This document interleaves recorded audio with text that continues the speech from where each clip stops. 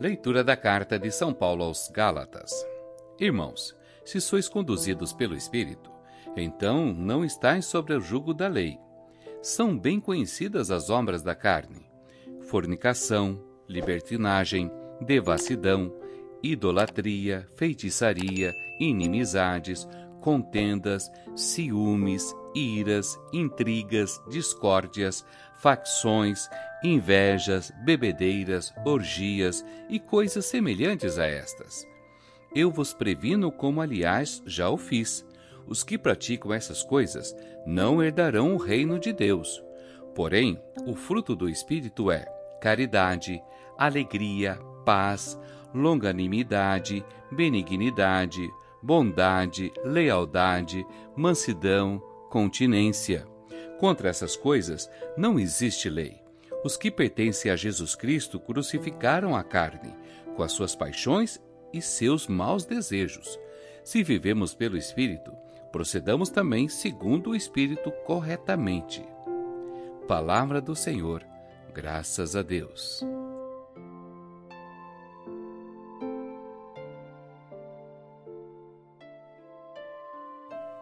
Proclamação do Evangelho de Jesus Cristo segundo Lucas. Glória a vós, Senhor. Naquele tempo disse o Senhor: Ai de vós, fariseus, porque pagais o dízimo da hortelã, da arruda e de todas as outras ervas, mas deixais de lado a justiça e o amor de Deus. Vós deveríeis praticar isso, sem deixar de lado aquilo. Ai de vós, fariseus, porque gostais do lugar de honra nas sinagogas e de ser descumprimentados nas praças públicas. Ai de vós, porque sois como túmulos que não se veem, sobre os quais os homens andam sem saber. Um mestre da lei tomou a palavra e disse: Mestre, falando assim, insulta-nos também a nós. Jesus respondeu: Ai de vós também, mestres da lei, porque colocais sobre os homens cargas insuportáveis, e vós mesmos não tocais nessas cargas, nem com um só dedo. Palavra da salvação, glória a vós, Senhor.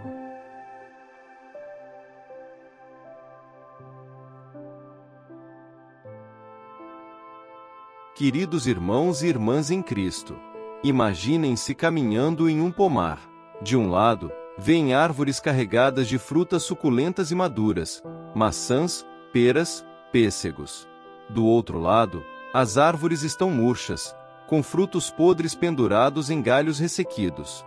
Qual lado do pomar representa sua vida espiritual?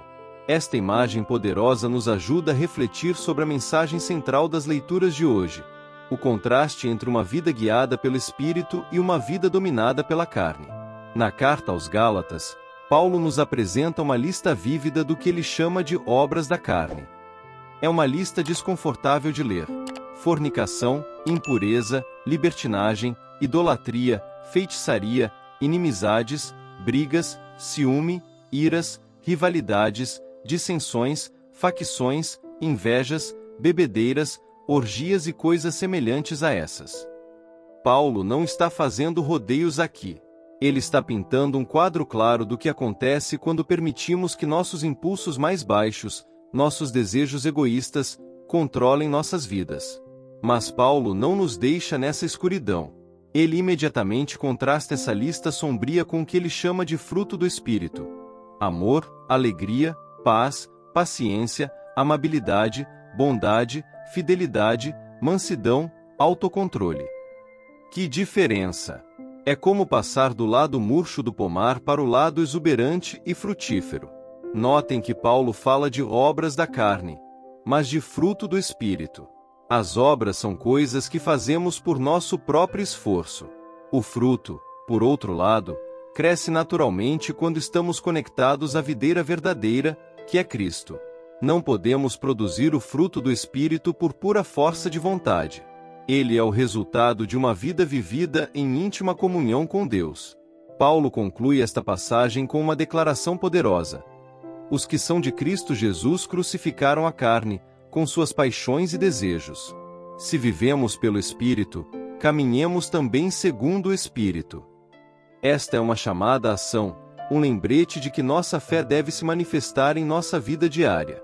Agora, voltemo-nos para o Evangelho de Lucas, onde encontramos Jesus em um de seus momentos mais incisivos. Ele está falando aos fariseus e aos doutores da lei, e suas palavras são duras.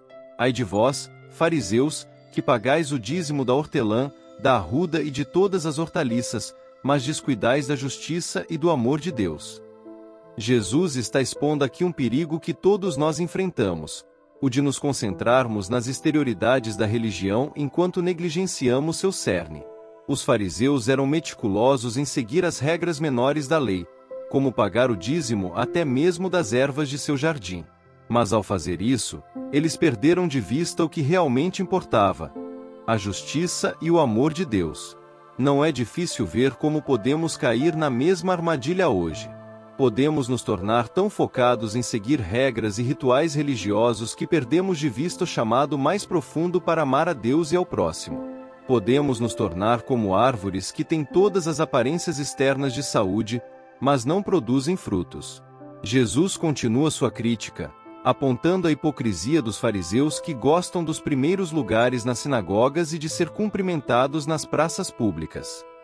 Ele os compara a sepulcros, que não se veem, e sobre os quais as pessoas andam sem o saber. Que imagem poderosa! Por fora, eles parecem justos e santos, mas por dentro estão cheios de corrupção espiritual. Finalmente, Jesus se volta para os doutores da lei, acusando-os de impor fardos pesados aos outros sem eles mesmos os tocarem, nem com um só dedo. Novamente, vemos o perigo de uma religiosidade que se concentra em regras externas sem a transformação interna que vem de uma verdadeira conexão com Deus. Então, como unimos estas duas leituras? Como vivemos de uma maneira que produz o fruto do Espírito e evita as armadilhas da hipocrisia religiosa? Primeiro, devemos reconhecer nossa total dependência do Espírito Santo. Não podemos produzir o fruto do Espírito por nosso próprio esforço. Precisamos estar constantemente conectados à fonte da vida espiritual através da oração, da meditação na palavra de Deus e da participação na vida da comunidade de fé.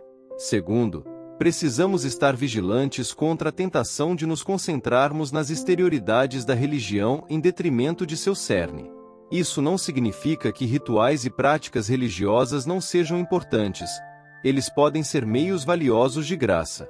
Mas eles nunca devem se tornar um fim em si mesmos. O verdadeiro teste de nossa espiritualidade é se estamos crescendo em amor, justiça e compaixão. Terceiro, devemos estar dispostos a examinar honestamente nossas próprias vidas.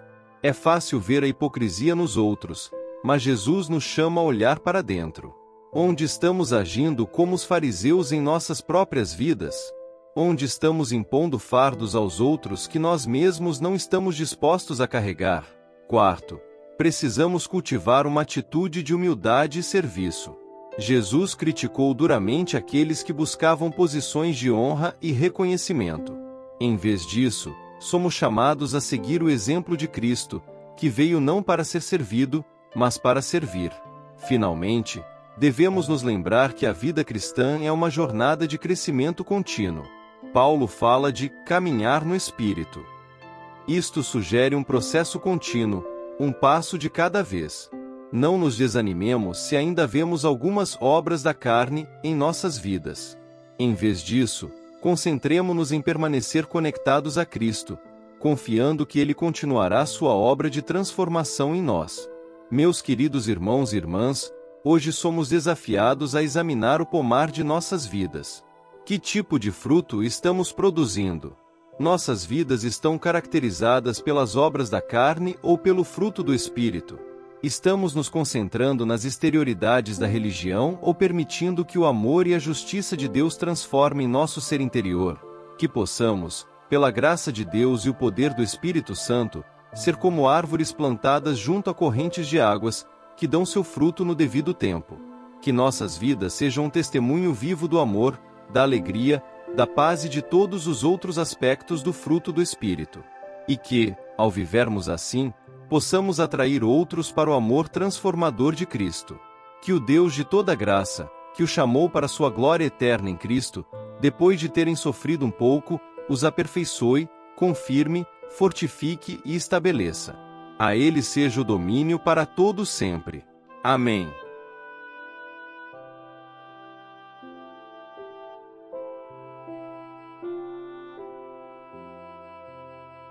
São Miguel Arcanjo, defendei-nos no combate. Sede o nosso refúgio contra as maldades e ciladas do demônio. Ordene-lhe Deus, instantemente o pedimos, e vós, príncipe da milícia celeste, pela virtude divina, precipitai no inferno a Satanás e aos outros espíritos malignos que andam pelo mundo para perder as almas. Amém.